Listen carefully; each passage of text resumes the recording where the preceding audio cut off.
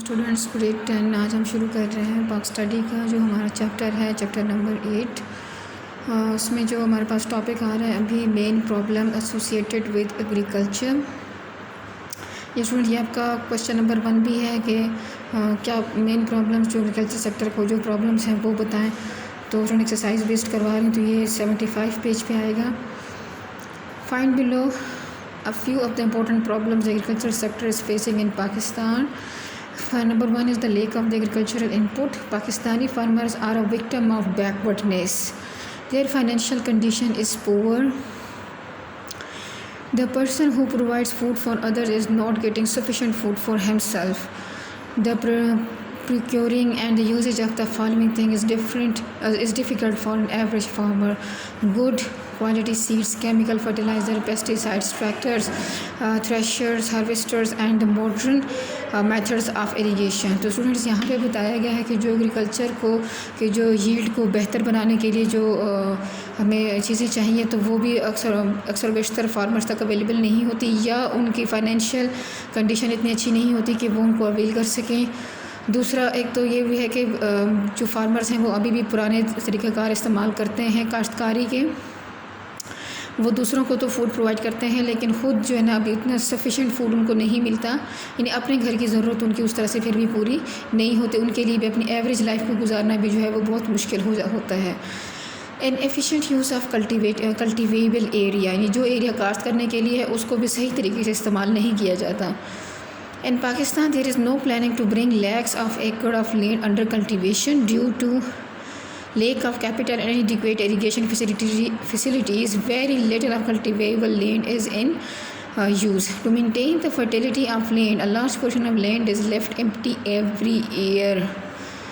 तो स्टूडेंट अब ये कह रहे हैं कि इरिगेशन की फ़ैसिलिटीज़ यानी पानी कैनाल सिस्टम प्रॉपर ना होने की वजह से और हर जगह अवेलेबल ना होने की वजह से भी बहुत से ऐसे एरिया है जो कि कल्टीवेशन इसमें नहीं होती। Natural disasters like the floods, earthquake, storm, drought, ज़िलज़ले आना, बहुत तूफ़ान आना और ड्राउट खुशहाली आना cause problems for the farmer. This causes severe damage to the crops. Fourth है inadequate irrigation facilities. In spite of the canal system in Pakistan, the sources of irrigation are inadequate. Water is wasted in distribution in distributaries and fields, यानी जो water है जो canals में distribute होता है उसके सब कैनाल जो निकलते हैं तो बहुत सारा पानी जो है वो अभी भी ज़ाया हो रहा होता है। और फील्ड्स में यानी बहुत ज़्यादा फील्ड में कभी कभी इतना ज़्यादा पहुंच जाता है कि इससे ना सिर्फ फसलें तबाह होती हैं बल्कि खड़ा भी रहता है और या फिर सही जो है ना डिस्ट्रीब्यूटरीज में उस तरह से नहीं जा पाता, यानी उसकी कंट्रोल एक नहीं है कि कैसे जो है ना उसको बैलेंस तरीके से रखा जाए। A large quantity of river water is lost in oceans and there are no adequate measures to store this water. Excessive load shedding affects the tubewells and this is another setback for the crops. यानी यहाँ पे एक ये भी setback देख सकते कि जो लोड शेडिंग होती है उनके ट्यूबवेल्स जो हैं वो बिजली से पानी को निकाल रहे होते हैं, उनके अंदर टर्बाइंस चलाने तो बिजली चाहिए होती है और जब लोड शेडिंग होती है तो उस वजह से क्या होता है कि जो एडिक्वेट सप्लाई वाटर है वो नहीं पॉसिबल होती और ये भी फसलों के कम होने की एक बड़ी वजह है। Lake of intensive cultivation.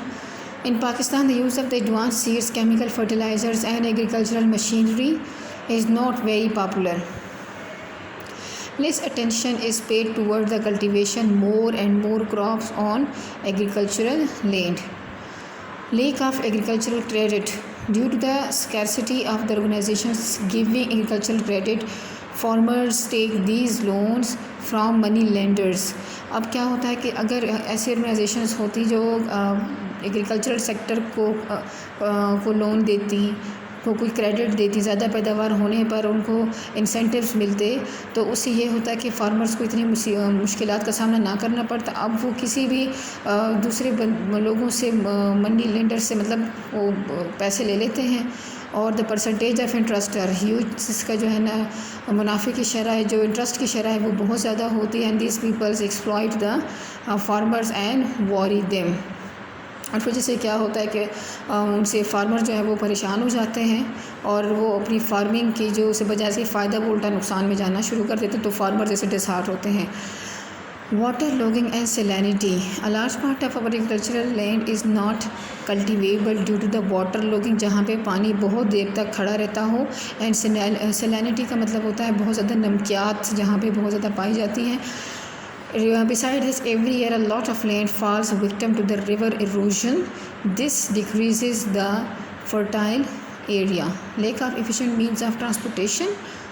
In our country, it is difficult to transport agricultural goods from the villages to market due to underdeveloped means of transport. यानी मीन्स ऑफ ट्रांसपोर्ट भी प्रॉपर नहीं. स्टूडेंट्स, आप लोगों ने क्या कर रहे हैं, हर पॉइंट को अच्छे से समझना है, फिर आपने अपने जहन में रख के आप खुद भी इस पर लिख सकते हैं, लेकिन पहले आपने हर पॉइंट की समझ अपने अंदर ज़रूर रखनी है कि ये कौन से पॉइंट्स दिए गए हैं जिस पे आप लिख सकें फिर प्रॉब्लम्स को.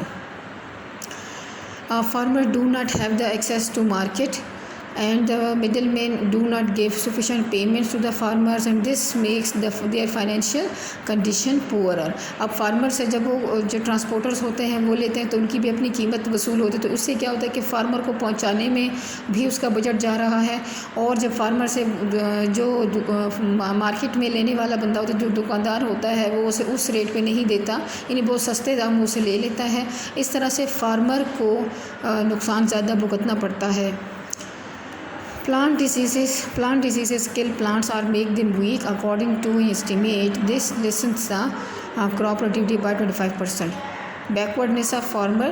Illiteracy is a major reason for the backwardness of farmer, and this makes the farmers unable to learn new methods or plan for better production.